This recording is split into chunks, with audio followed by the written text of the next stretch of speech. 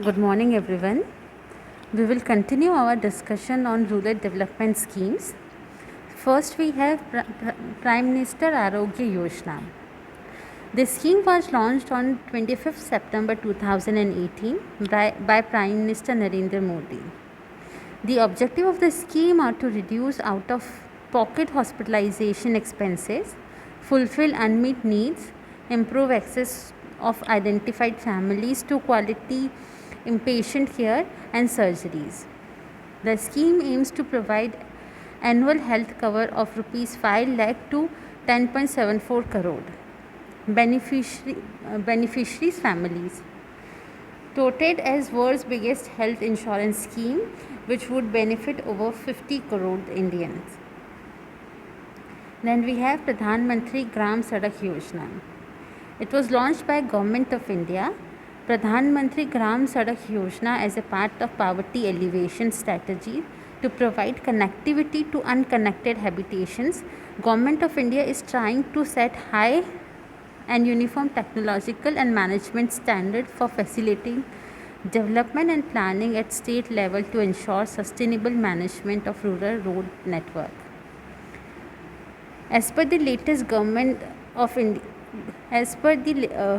by the government of states under a survey to identify core network as a part of Pradhan Mantri Gram Sadak Yojana program, it has been estimated that 1.67 lakh unconnected habitations are eligible for coverage under the program.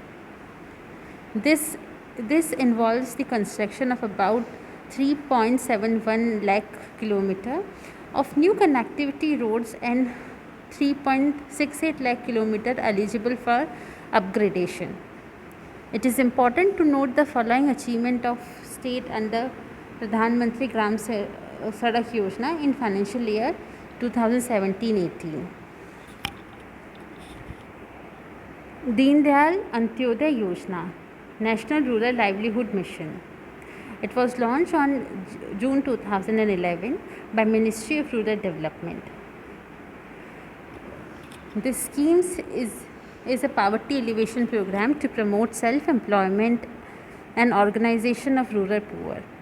It was implemented by Union Ministry of Rural Development with the objective of organizing the rural poor into self-help groups and make them capable of self-employment. However, it has a special focus in women empowerment.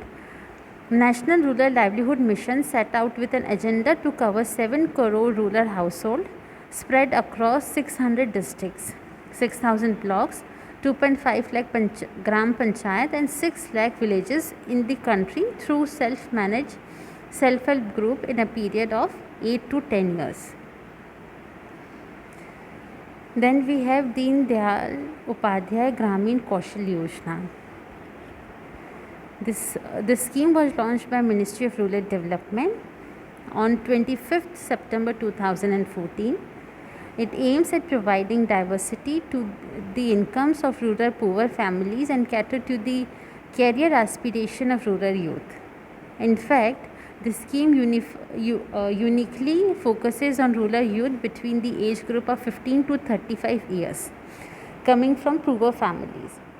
As a part of Skill India campaign, it has played an important role in social and economic program of government like Make in India, Digital India, Smart Cities, Startup India, Stand Up India campaign.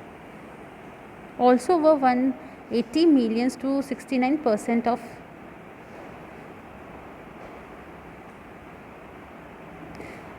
then we have Rural Self-Employment Training Institute. The objective is to provide necessary skill training and skill upgradation to rural BPL youth in order to mitigate the unemployment problem.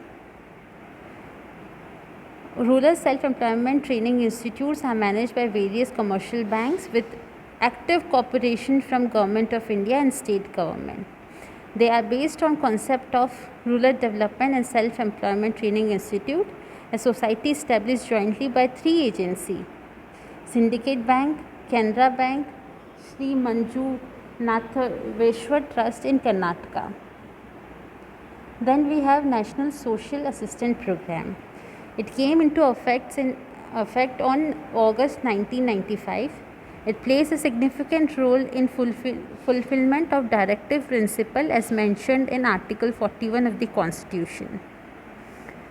It encompasses the following scheme: Indira Gandhi National Old Age Mission Scheme, Indira Gandhi National Widow Pension Scheme, Indira Gandhi National Disability Pension Scheme, National Family Benefit Scheme, Anupama Scheme.